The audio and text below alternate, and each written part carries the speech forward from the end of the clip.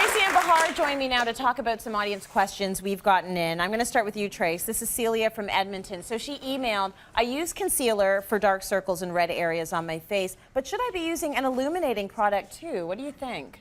If I'm being honest, you don't really need an illuminator. My question is she should be using something to color correct.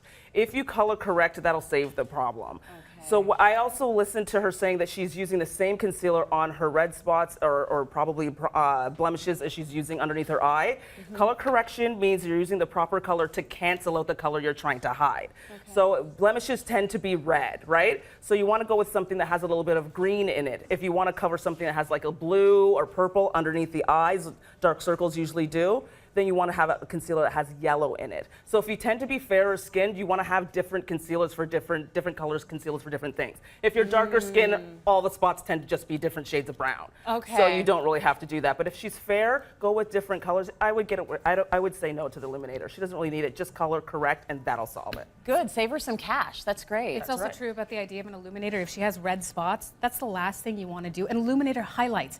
So you don't want to highlight discoloration or odd spots, especially red. It's just going to look more irritated at the end of the day. Yep. Yeah, so illuminators, like Tracy said, don't need it. All right, this one's for you, Bahar. Tammy emailed from Montreal. What color lipstick should I be using to make my teeth look whiter? All right, simple answer, red. Complicated answer, not really red. So it's misleading to say just go ahead and slap on a red lipstick. When you're dealing with trying to brighten your teeth a bit up, you're dealing with usually a yellow color or a brown, like a stained type of a shade. So the opposite of that on the color wheel technically is purple.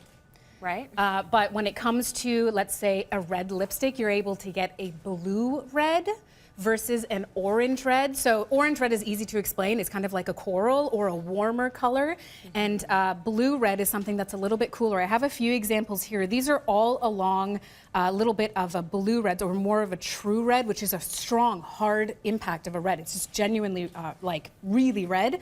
I have a slightly maybe darker red here as well, which is a cooler color. Those are going to counteract that yellow color on your teeth. However, at the end of the day, I don't like to wear red lipstick, so I wouldn't do that to make my teeth look brighter. You can use a cool or cooler shade of any lipstick, and that includes pink and a purple. Yeah. So the main thing is, at the end of the day, stay away from warm or orange colors because it's just going to make it look more yellow, and stick to something that's a little bit more cool. Like I also have that one that you can see. That's a cooler pink shade. Oh, that's nice. You don't need red lips because you got the red glass frames. How bless you. Yeah, well done. You're good.